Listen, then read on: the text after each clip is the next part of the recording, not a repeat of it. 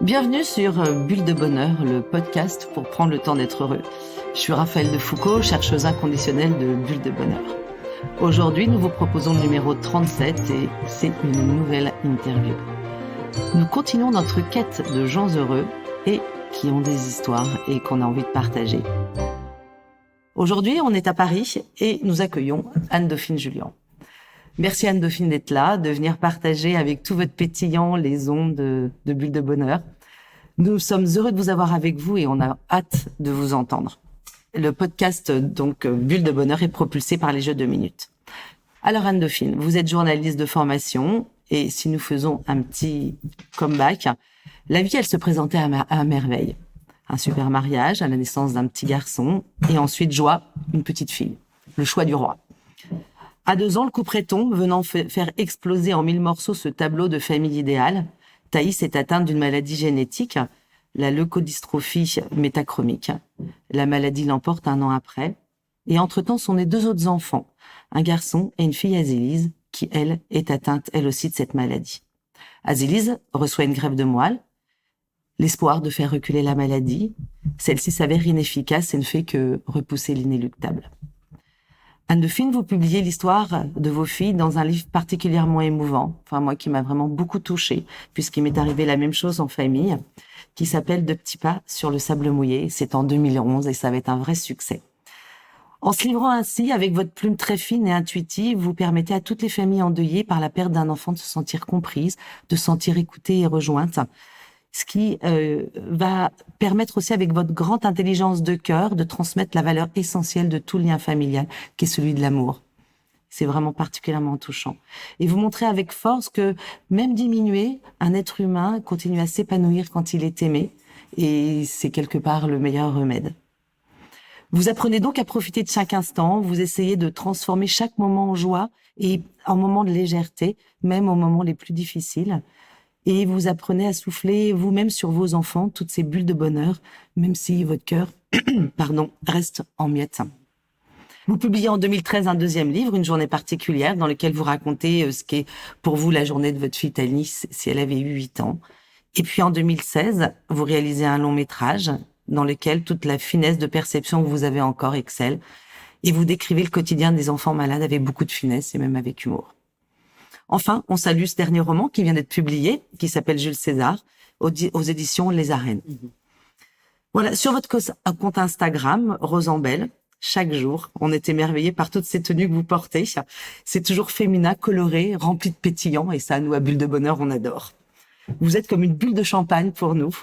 Et donc, en résumé, Anne-Dauphine, vous êtes une battante, vous luttez pour l'essentiel qui est l'amour. Et vous vous définissez vous-même comme une maman chercheuse de bonheur. Donc, il n'y avait qu'une chose à faire, c'est qu'il fallait qu'on puisse vous accueillir dans nos bulles de bonheur. Allez, je change de regard. Alors, Anne-Dauphine, bon déjà, bienvenue, on est vraiment là, vraiment contente de vous accueillir. Donc, la première question que j'avais envie de vous poser, c'est qu'est-ce qui vous rend heureux dans votre quotidien ? Je crois que c'est le quotidien, justement, ce qui me rend heureuse. Alors, il y a le bonheur du quotidien, c'est plein de petites choses. Je trouve qu'il n'y a pas une journée qui se passe sans qu'il y ait un petit moment, une petite chose à saisir.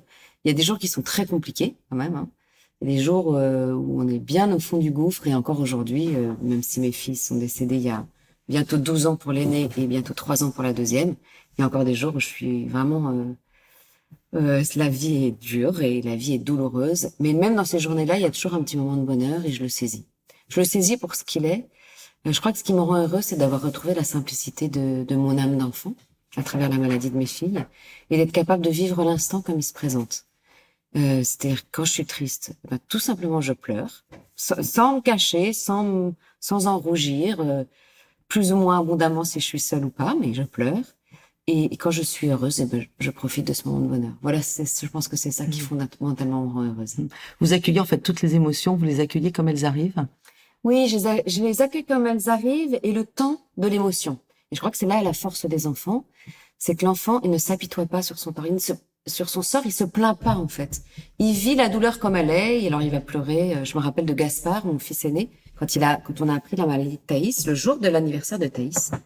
On est rentré complètement fracassé par cette nouvelle auquel on s'attendait absolument pas.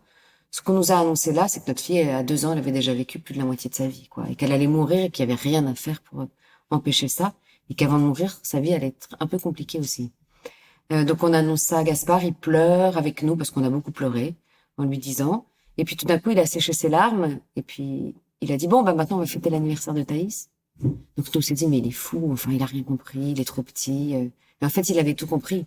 Il avait compris que le temps de sa peine, il avait pleuré. La peine était terminée. Ça y est, il avait réussi à sécher ses larmes, laisser évacuer. Elle reviendra, mais elles étaient terminées à ce moment-là.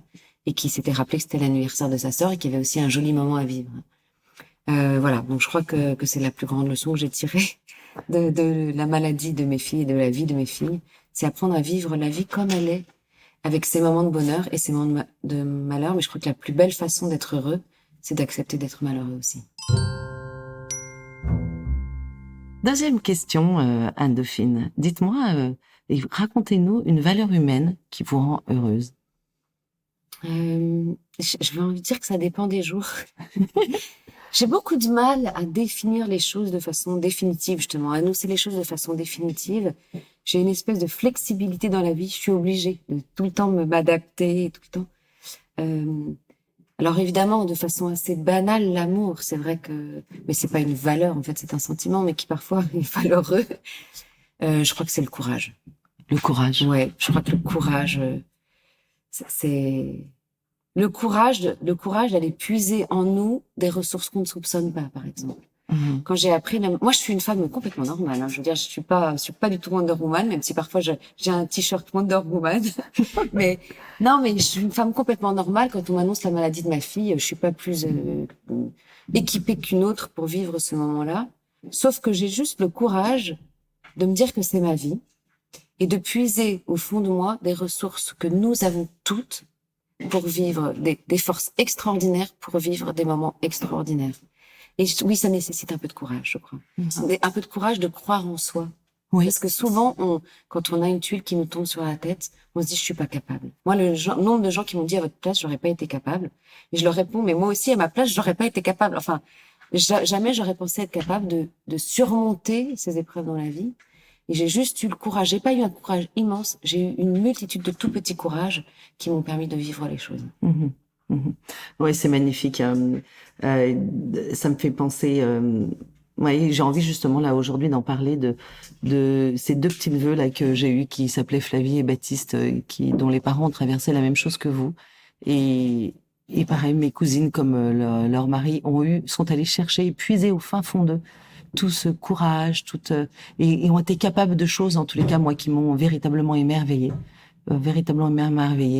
cet amour, justement. Troisième question, Anne-Dauphine. Racontez-nous un événement qui vous a rendue particulièrement heureuse. Alors, c'est évident. C'est lorsque j'ai appris que mon petit dernier, n'était pas malade. Alors, bien sûr que ça m'a rendue profondément heureuse parce que j'avais, voilà, c'était une folie que d'avoir ce petit garçon. Arthur est né 1 an après la mort de Thaïs. Voilà, donc c'était une folie d'avoir ce petit garçon, mais c'était une folie d'amour et ça appartient à l'intimité d'un couple. Donc il est né sans qu'on sache s'il était malade ou pas. Il avait quand même 3 chances sur 4 d'être en bonne santé. Et puis 5 jours après sa naissance, on a appris qu'il était en parfaite santé. Mon grand bonheur, d'abord évidemment, c'est d'avoir un enfant en bonne santé, un enfant qui va vivre, qui va grandir, etc. Mais dans ce grand bonheur, il y en a eu un autre immense, c'est de voir à quel point le bonheur est contagieux. Parce que dans les années qui avaient précédé, là, depuis les 2 dernières années, j'avais eu beaucoup de mauvaises nouvelles. J'avais eu la maladie de Thaïs, puis 3 mois après l'annonce de la maladie d'Azilis, et puis voilà la dégringolade pour Thaïs, des espoirs pour Azilis qui finalement ne se sont pas vraiment avérés, et puis la mort de Thaïs évidemment qui a été épouvantable. Et puis tout à coup l'arrivée d'Arthur, ce moment où tout le monde nous avait dit mais vous êtes fou, et puis il est arrivé, il est en bonne santé. Et de voir que le bonheur est plus contagieux que le malheur. Je crois que ça a été un grand bonheur pour moi. De voir à quel point la bonne nouvelle s'est propagée, mais à une rapidité extraordinaire, quoi, et a rempli les gens de bonheur. Et des gens qui nous connaissaient, des gens qui nous connaissaient moins, mais qui s'étaient associés à notre épreuve. Et je me rappelle la marraine d'Azilis, était à la sortie des classes le jour où j'ai appris qu'Arthur était pas malade, donc je l'avais prévenu tout de suite. C'est une amie très proche. Et puis à la sortie des classes, il y a une maman qui arrive et qui dit ah, au fait, le petit Arthur n'est pas malade. Et donc mon amie dit ah, mais tu les connais? Et dit non, je les connais pas, mais je suis super heureuse. Et voilà ce qui m'a rendue heureuse. Quatrième question, Anne Delphine. Est-ce que vous avez un secret pour être heureuse? Non, j'ai pas de secret. Ce serait trop beau s'il y avait une méthode toute faite ou s'il y avait une recette magique. Enfin, ça serait trop beau, ça serait un peu triste aussi parce que ça serait quelque chose qu'on appliquerait tous. C'est un peu comme moi, je suis heureuse qu'il n'y ait pas de formule magique non plus pour consoler, quoi. Mes condoléances, ça console personne. Je crois que pour être heureux, comme pour accompagner le malheur, il faut puiser au fond de soi, quoi. Voilà. C'est pas une recette, ça, chacun l'applique, chacun le fait. Il y a peut-être une chose quand même, c'est la confiance en soi, c'est de se dire que cette vie qui parfois nous effraie, qui nous surprend, qui nous dépasse, c'est quand même la nôtre. C'est celle qu'on a à vivre. Et si nous est donné de vivre ça, c'est qu'on en est capable. Je crois que on a l'impression qu'il y a beaucoup de choses qui nous tuent, mais il n'y a pas grand-chose qui nous tue. Hein. Il n'y a pas grand-chose qui soit insurmontable. Voilà, c'est juste de dire croyez en vous, croyez en vous et n'ayez pas peur d'aller puiser au fond de vous. Ça va pas. Ce que l'on va puiser ne nous épuise pas. Ce qui épuise en général, c'est la fatigue du quotidien. Si ça c'est épuisant. Je pense que moi je suis encore en convalescence de ces années où j'ai accompagné mes filles en convalescence physique, une très grande fatigue. Mais ça n'épuise pas un cœur en fait. Au contraire, ça le nourrit, ça l'enrichit et de se dire qu'on est capable de beaucoup plus, qu'on est capable de faire tellement par amour, je pense que ça fait grandir le cœur et ça le fait pas éclater en mille morceaux. Mmh. Mmh. C'est merveilleux ce que vous nous partagez. J'aime beaucoup. Donc, si je résumais, je résumerais avec le fait d'aller puiser. Vous parliez tout à l'heure de cette souplesse aussi, de l'importance de cette souplesse. Et je pense que ce sont des choses effectivement particulièrement importantes et qu'en fait, bon, on en parle beaucoup justement en psychologie positive de toutes ces forces, que chacun en a des forces et que ces forces-là, quelque part, elles n'attendent qu'une chose, c'est à être révélées, à être montrées, à être exploitées. Donc, et que chacun devienne un chercheur inconditionnel de bulle de bonheur, justement, grâce à les forces. Et chacun a des forces qui sont singulières.